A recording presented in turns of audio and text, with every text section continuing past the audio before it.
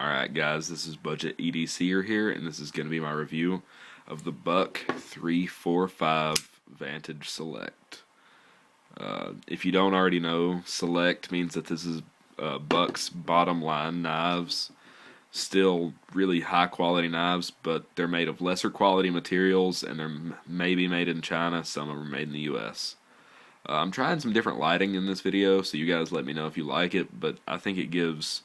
it lets a lot more detail be shown, because the Zytel, you can see just how textured it is. You can see the Buck Knives logo right there.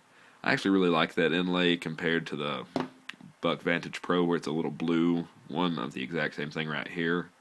I like the placement of that better. I'm sure the Pro is a better knife altogether, but I didn't have the money to throw down $60 or sometimes more depending on where you get it. On a Buck knife, I don't have a problem with Buck knives, but I feel that for that money, I could have got something like a Benchmade or a higher-end Spyderco. Now, when I mentioned Spyderco, their Spyderco Tenacious is what I would consider this knife's direct competition. Not really for people that would buy this at a store, but for people that would order this online, people that are a member of the forums or any of the knife oriented communities online. Now, some of you may not like the knife communities, some of you may. It doesn't really bother me either way. I am a member. I'm on Blade forums. I'm Metalhead 357. If you're a member there, hit me up. But this would be the direct competition for the Spyderco Tenacious. I have owned both, but I got rid of the Tenacious and gave it away to a friend of mine for his birthday.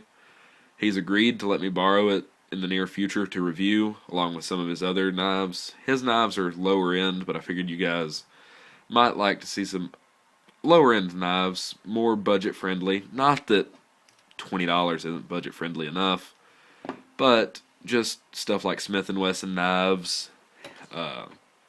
I may end up reviewing this later. This is a Winchester Trapper that I got in 2007 as a gift for Christmas.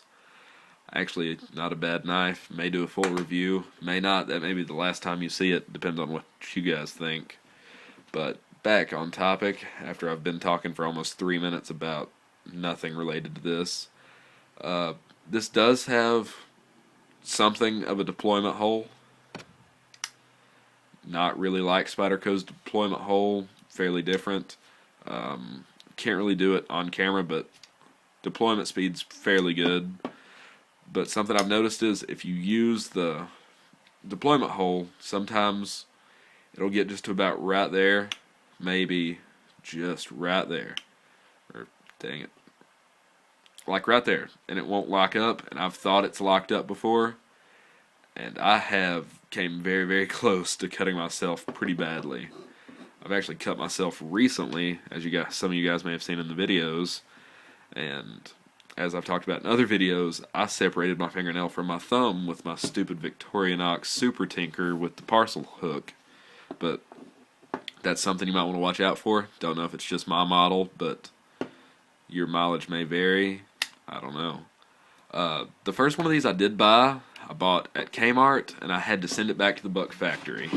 Reason being, on the Buck logo right there, it was rusted badly. I don't know if that's laser etching or what it is, but it obviously made the metal more susceptible to corrosion, because as soon as I got it out of the clamshell packaging, it was rusted.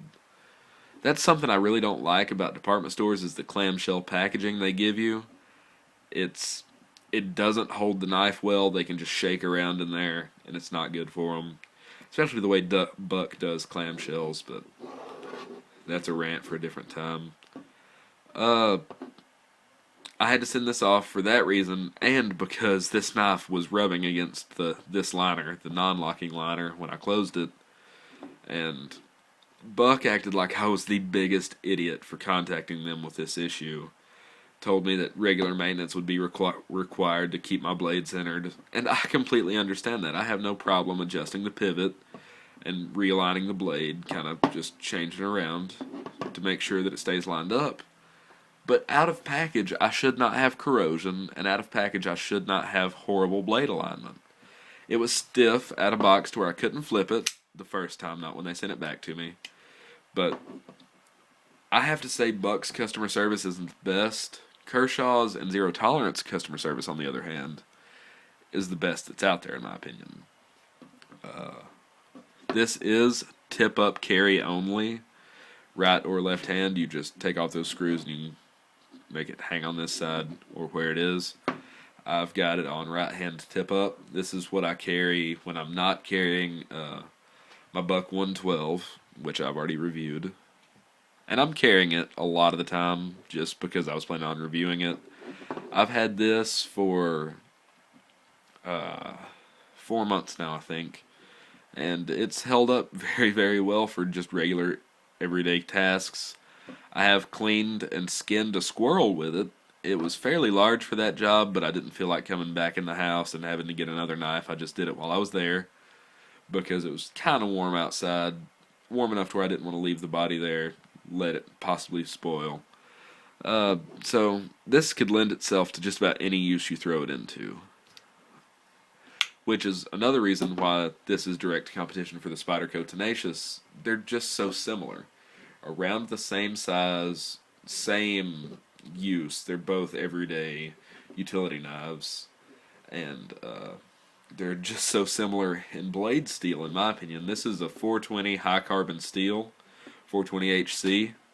And a lot of people that are steel snobs, VG10, S30V people, they don't like this. This is old news to them, and it's just not the latest, greatest thing, so they don't care. In my opinion, Buck's heat treatment is great on this. I think it wears better than AUS 8 or AUS 8. Too much nut and fancy there, listening to him say AUS 8. AUS 8, it wears a little better than 8CR13 MOV, in my opinion. I'd say it's fairly similar to 14C28N Sandvik steel, which is Kershaw's lower end steel when they're not using 440C. Something you'll notice about the Avid and Pro models of this is it will have a Paul Boss logo right there showing that he did the heat treat. He still did the heat treat on this one. Don't think that you're not getting a Boss knife. You are. He does really, really good heat treat, and it's just, I think it makes the knife wear like it has a better steel on it. So, I mean, you may have a different opinion, you may not. I really think that's all you can say about this knife, is it just lends itself to just about every use there is out there, and I don't think it'll let you down that often. I know I mentioned Nut and Fancy earlier, and I know a lot of people in the knife community don't like him, but it's probably one of the first reviewers we all watched.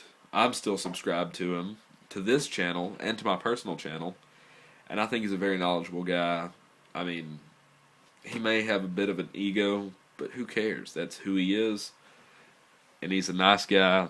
He does good reviews, so there's that. I will show this knife when I finally get around to reviewing the Spyderco Tenacious. That's what my buddy's carrying right now. So for him to let me borrow that, I'm probably going to have to swap knives with him for a while, let him carry something else.